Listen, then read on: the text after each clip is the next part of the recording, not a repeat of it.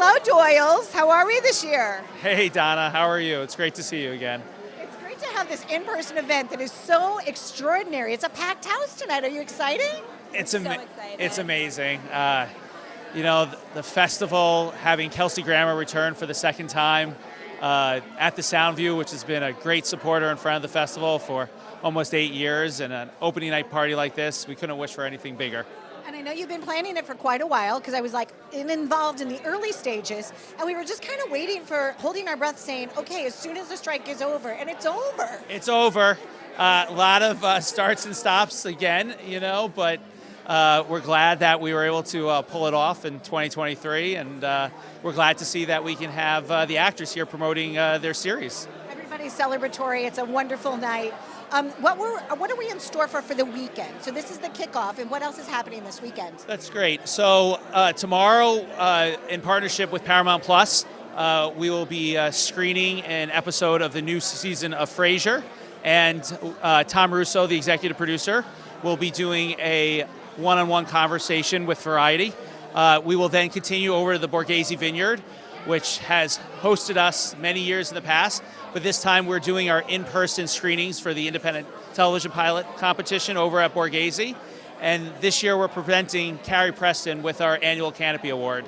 And we're super excited to be able to celebrate her success with the festival this year. So lovely. I remember years and years and years, your children, now must be older, right? Yes, they are older, and they're very upset to not be here tonight, but they're coming tomorrow. They're very looking forward to it, so we're excited to have them back and to be running around like they used to. And have you been able to see any of the content? Did you have a pre-screening for this? So Lauren and I will actually be watching the winning independent produced TV pilots tomorrow. As always, Lauren and I have always tried to stay away and let the judges run the competition. And so I'm super excited, just like everyone who has purchased festival passes and tickets, to see the winners premiere tomorrow at Borghese. So you're going to have 6 fresh eyes looking at all the content, because I bought tickets to this festival this year too.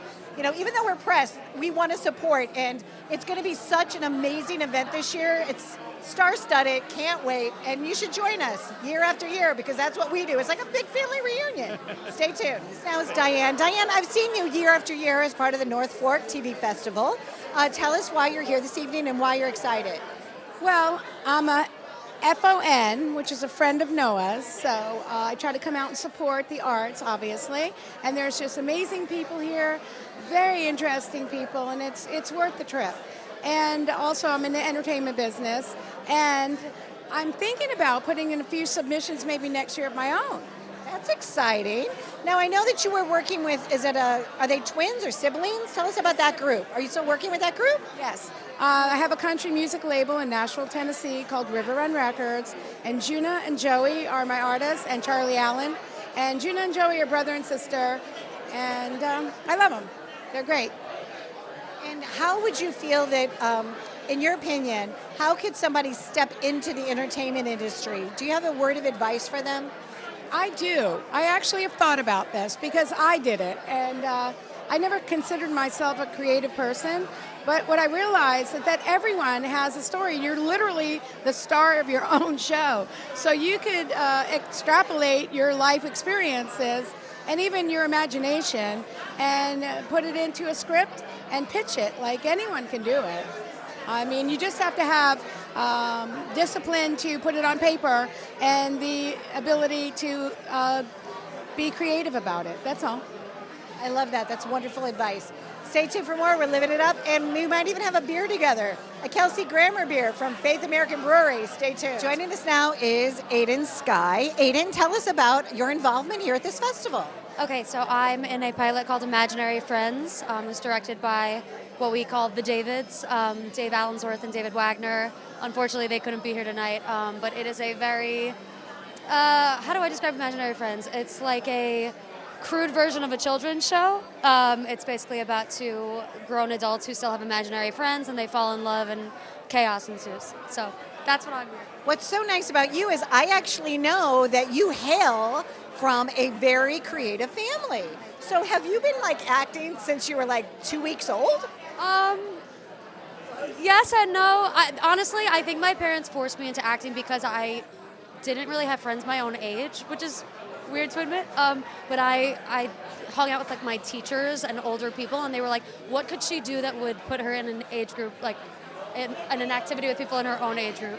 And yeah, that was theater.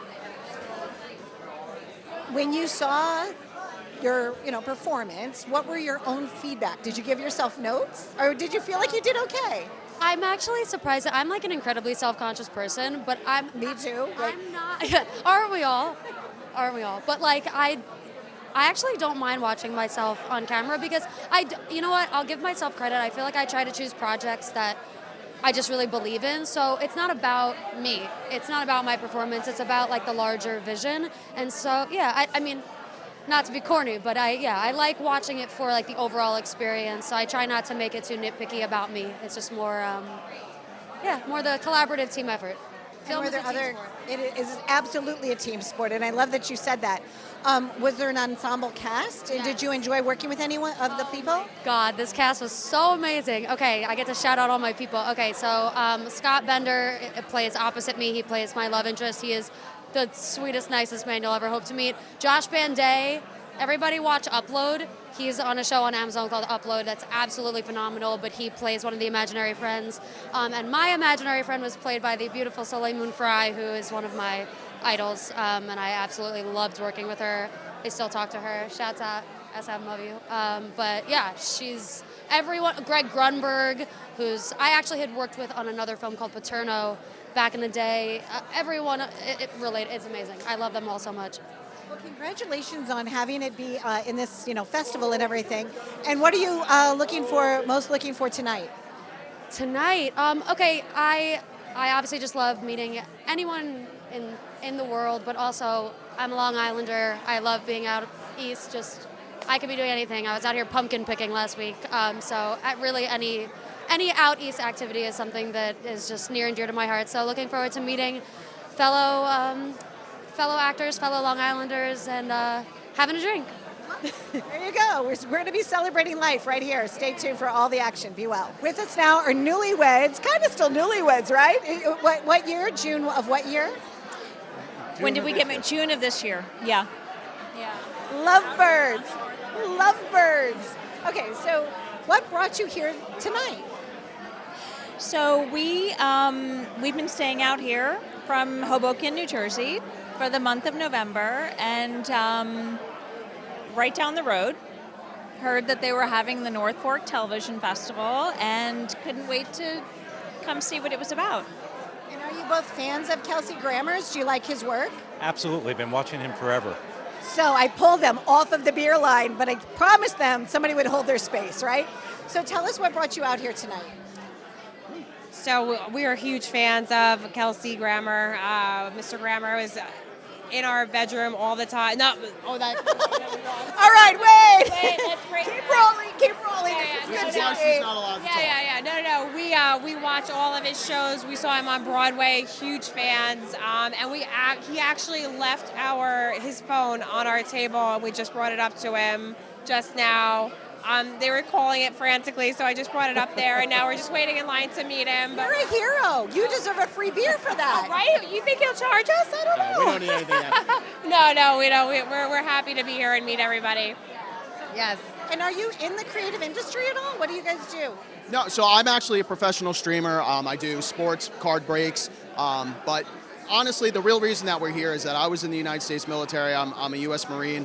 When I was overseas, the Golden Girls and Frasier were the two things that really kept my wife happy. So as soon as we found out that Kelsey Grammer was going to be here, we had to book something, be here, just kind of thank him for his service to keeping my wife happy. So. And we just celebrated Veterans Day, so thank you for your service. Really thank you for your service. And I thank her for her service. Okay, joining us now is Molly from Maine. At least she said she's from Maine. What part of Maine are you from? I live in Yarmouth, Maine. Is that where you grew up? No, I grew up in Boca Raton, Florida. Molly, most people go from the north to the south for the better weather. I just have to ask, you went all the way up where the fishermen are from. Why? I was living in New York City for many years, and in the pandemic, we moved up to Maine from the city. Yeah. Now, you're in the creative industry, as most of these people are tonight. Tell us about how you got your start and why you chose that as your profession. Yeah, no, I got my start making films in 2007. I kind of fell into producing political commercials, and I loved it, the business meeting the creative, and here I am, like almost over 40 movies later. So yeah, yeah. That's so. I'm so impressed. I'm sorry because we actually just met over a beer because Kelsey's got beer here tonight, right? And so two girls started chatting, right? But women in film and women in television, I feel like our voices are finally able to be expressed. Not that they weren't before, but I feel like we're kind of like on par. Like it's more equality now. Absolutely, yeah. We're working. We work with so many women at Phiphen, and it's great. We have a lot of directors that we've worked with, and a movie that we're just about to shoot with another female director. So it's great. Yeah. When you're looking to produce something, what is your criteria? Do they give you the script, or are you working with people you already know? Like, how do people pitch you, and what is it about that makes you say yes? Well, can we get it made? Usually, is like we're very practical about that. What's the package? Who's attached to it? Who's directing? Who's the cast, or do we have to cast it? Genre is very big as well. Like talkie dramas are kind of tough right now, and so yeah. And is there a favorite thing that you watched as a child that was your inspiration for wanting to like step over and do this, like to like walk into your television, if you will? As a child, not as a child, but young adult, like I loved Silence of the Lambs. I thought that was a perfect movie, and I was like, wow, this is pretty great. So Molly and I would be sitting on the sofa watching this together. I would be holding my eyes in my ears, and Molly would be like laughing out loud. She'd be like, oh, that's so great. I'd be like, no. Nice to meet you. You too. What, have you been to this festival before? I have. Okay, what are you thinking about it? 4 years ago. I was here 4 years ago. It was great. One of my partners had a pilot here in the festival, and I was here, and then Kelsey was here with Tom, and so I came and saw them too. Yeah. It's very nice to have you here. Thank you so much for spending some time with us. Yeah. Because everybody really wants to like get a beer and be at the bar, where I'm like trying to like shepherd hook people over here to talk to me. So stay tuned for more. We're living it up right here. With us now is Jonathan, and now the room's getting a little more vibrant, right? It's exciting. What are we here? What are we in store for tonight? Well, tonight I think the star attraction for everybody is clearly Kelsey Grammer bartending with his homemade, or not homemade, but his custom beers that we're all super excited to have. And this is just a kickoff party, so we are rejuvenating the festival for another generation. And what is the current title of the festival? The North Fork Television Festival. That is There you go. contained and says what it is. It is what it is, what it is. Kelsey Grammer, we've all loved him for such a long time. For his wonderful character Frasier, but he's also involved in a lot of other projects. So it's exciting to have him here tonight. Have you gotten a chance to sip the beer yet? I haven't had the beer yet, but I've heard it's great. No, Kelsey is great. We had him at the festival a number of years ago, and he blew us all away. A lot of the stories that he was telling were from his time in stage, and he is such a great, perspective and career outside of Frasier and including Frasier that it's fantastic to have him here. And what does this festival mean to you personally? Why do you come back year after year to make it, make a difference? I think, first of all, the community out here is so supportive, and we just love to see everybody. But we really believe that there should be a thing for independent media, that independent television outside of the studio system, it should exist, and we are still trying to work with all these incredible creators to figure out how to bring it into reality. And Jonathan, are you going to make like an appearance on a TV show in the future? Are you thinking about also acting? I think you've met Elias in the past, who's a director. So in one of our recent productions that the festival led as executive producer, I did have a cameo appearance. I called it the Stan Lee clause, to walk into the movie theater carrying a briefcase. That was my role. I did it well, and I learned that I do not have the endurance to be on set for 9 hours, and I think that will be the culmination of my acting career. Well, it's wonderful to see you again. Fantastic to see you. Thank you so much. And we're wishing you all the best. And I guess you're going to have to get in line because, Kelsey Grammer is the bartender. So much fun. Absolutely. Thank you. Thank you. Be well. Nice to see you. Joining us once again, because I got to meet Kelsey a few years ago, is Kelsey Grammer. Hello and welcome to the show again. How have you been? Just great. Thank you very much. Now, your character moved to Boston, but that's not where you're living these days. Where are you these days? No, I'm still out in L.A., but we also live in upstate New York. Nice. So it's it's a bit of a bi-coastal relationship, but we lean more toward the New York property, but Los Angeles is our home at this point. Now, I read on the website that the Catskills had been special to you, and that's kind of where the beer is from now? Right. I used to go to the Catskills when I was a boy for Thanksgiving at my granddad's best friend's place in Kingston, New York, or just outside of it. And when I finally made enough money to think, oh, you know, I want to buy something and maybe a family retreat kind of thing, I started thinking about the Catskills, and I finally found this little property that, I mean, it was a little run down, but it was actually it's a beautiful place to be. So we went there, and as I got more acquainted with it and acquainted with the area, I started to think, what can we do here to make it kind of shine again like it used to? Because it came from a storied past and it had a great sort of history of commerce. And so I would walk the fields and walk some of the trails we'd cut, and water would just bubble up out of the ground. And I thought, water, the essence of good beer is water, and it's the best water I've ever had. So that's sort of how it all started. And then even almost really a decade later, we made some moves to actually build a brewery and invent a beer. Now, do you have like vats? Are you like stirring it and adding the yeast in? Kelsey, I want to know, at what part are you the brewmaster? Are you getting involved in that part? I'm more of a designer, okay. I guess. You know, as I design flavors that I talk to brewers about, and they say, well, yeah, we can do that, or we can't do it. And I say, well, maybe we could try this. What do you think? And they'll say, yeah, all right, I'll give it a try. So we've had some success. We've had some, I guess, the perfect combination of luck and expertise combined, and a sort of an inspiration about beer. I love refreshing beer. I mean, even down to the IPAs, I don't like them to be too bitter, but you know, they need to have a sort of a body and a sort of fragrance that points the beer aficionado in the direction of double hopped or whatever. So I'm quite proud of the beers, and I can drink them. And I wasn't a beer drinker before, but I am now. Now, a lot of times people talk about, especially on the North Fork where we are today, they talk about pairings with wine. Mm-hmm. What are your favorite pairings for your beers? Well, interesting. It has actually gone through several pairing sort of events that we've done down in Atlantic City at some of the casinos, and we did one in Rochester.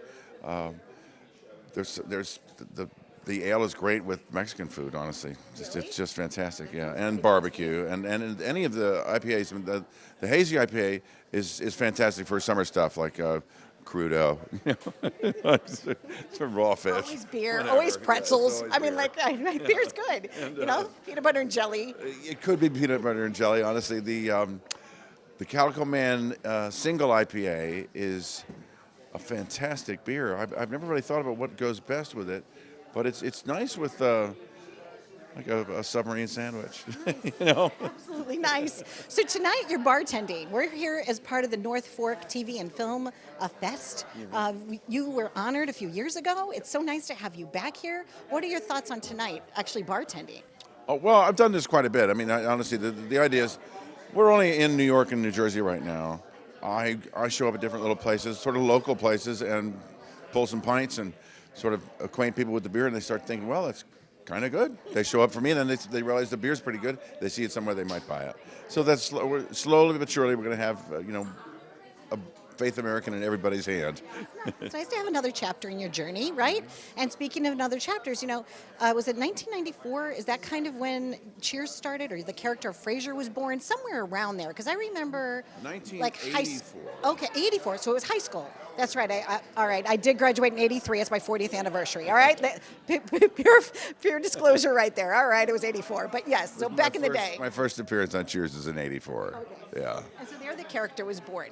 And now you have like a firefighting son. Daphne had a baby with Niles. And so Paramount Plus is where your new home is. So tell us about how excited you are about that. Well, we shopped the idea for a while. We had... great concern that we make it a new show that had a new reason to be on the air, not an old reason to be on the air. And basically, Frasier's third or fourth act, depending upon how you want to look at it. But it had to be growth. It had to be an evolution. And what's interesting about, going back to Boston, is he's got an unfinished chapter there to write. And so he's decided he's going to go and write it. And it's pretty exciting, actually. I have my best friend lives in Melrose, and so it's fun. That whole town is fun. So having something placed there is great with the Harvard connection. There's so many like neat backstories. Tom Russo, they're all doing. Your whole team's doing such a great job. You even directed. Did you direct a couple of the episodes? Several of them, yeah, 4, yeah. How do you do that to yourself? Do you hold a mirror and you'll be like, okay, Kelsey, I want you to deliver it this way? It took a long time. I didn't do it for quite a while. I always wanted to do it, but I thought I don't want to ever be the slow peg, in the board or whatever you call it. I didn't want to be that one thing that slowed the process down, like the wounded guy. So I spent a lot of time studying it and sort of gathering a sense of expertise about it, and then I stepped into it, and it's been great. I'll probably do. I believe we'll do some more. I'll probably do 6 of them next time. I'm really proud of you, and it's so nice to meet you once again here at the North Fork Festival. It's like old home week. People like each other. Truly, like everybody there are some knows. who like each other in this business. Well, I like you. Do you like me? I do. Okay, we like each So other. good, yeah. Okay, good. Kelsey, it was a dream. Thank you very much. Lovely to see you. Really appreciate your time. Thank you so much. Have a great night tonight. Thank you. We will. And here's to you. We're going to be having some beer. Which one should I have? Well, it's already. Do you like the hoppy stuff? Do you know? I like hoppy. Yeah, I grew up in St. Louis. You're gonna love the blue hazy. All right. Love the hazy one. All right, I'm going for that. All right, stay tuned. We're going to go have a little beer. Be well, toast. We're kind of in a Breezeway. Now, your production company is called Breezeway. What's the meaning behind that? So when I was in college, I was thinking I wanted to get going in the entertainment industry, and that I was sitting in my quad, and I was looking through a Breezeway, and I said, that would be a cool name for a company, Breezeway Productions. And I wanted to go and then learn more about films, so I packed up from New York, went to Los Angeles, and then started covering film festivals. So Breezeway Productions has been around for about 10 years, and it's been a wild ride. Now, we met, was it on the rooftop at Tribeca? I'm trying to remember where I last kind of connected with you, but everywhere I went, I turned around and there you were. Yeah, we've run into each other on carpets, and that we've spoken with a lot of talent for the, that are a part of the film festivals and the films that are there. And I think New York, Tribeca this year was where we met. Now, what are you most looking forward to at the North Fork Festival? I'm definitely looking forward to meeting and greeting some people that are New York-based, that are interested in independent films, media like yourself, and seeing who else is here, and just here for a networking opportunity. Now, have you been in any independent films? Yeah, actually. There were a couple movies the company made called Lack of Cockery, The Convicted, and All My Brothers. A frat film, a mafia movie, and a film that's like a drama, romance, love story. And you could probably watch it online, right? Yeah, you can go on Breezeway Productions. All of them are there. Vimeo as well. But those were some fun moments in history. Yeah. Thank you for stopping by. We're here today at the brunch. Tom Russo is going to be talking to all of us, the executive producer of Frasier. Are you a fan of that show? Do you like it? My girlfriend actually really loves that show, and that we've already binged on Paramount Plus all of it, and that she liked the original. She has also loved the second coming around of it, and I think that it's cool. For those that love Frasier, definitely check it out. I'm a fan. Stay tuned. We're living it up right here at Soundview. Be well.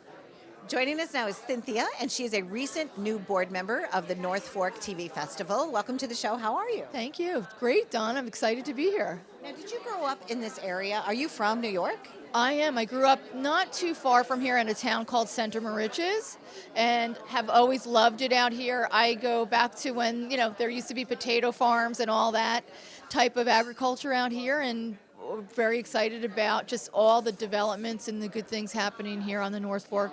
And clearly the North Fork TV Festival is just one of the jewel events that have developed over the years in celebration of the North Fork. Now, having arrived in your career at a wonderful place, growing up knowing that you maybe wanted to work in this industry, did you feel like you had to move to California? Or did you know that you could work here in this area? Like, have you been back and forth? Honestly, I really didn't put too much thought to it, other than I knew I wanted to get into the creative aspect and the business aspect of the TV business, and it really just fell into place. I wound up starting over at Sesame Workshop, moved up into Nickelodeon, over at Viacom, and then just from there kept evolving. So we were fortunate to have a big portion of the industry here in New York City, that was very accessible from out here on the North Fork. Good for you. And tonight is wonderful, or today actually, because it's brunch, but I've been coming year after year, and I love what they do. Why is it important, once we've achieved a certain level of success in our industry, to be able to give back to events like this? we want to inspire more young people coming up to participate in it and to have it feel accessible. You know, we're hearing a lot right now with the industry and disruption. I think it's a really important time to keep calm and steady and find opportunities and accessibility to bring new people and new creativity into the business. And wherever that disruption leads, we will all find out. What are some of the day-to-day tasks that you're responsible for in your day job? So I source and ID new ideas and concepts for original programming for broadcast, and from there we extend it on to other platforms. So it's both sourcing creativity around any types of ideas, but then also finding the underwriting to get that programming and production underwritten.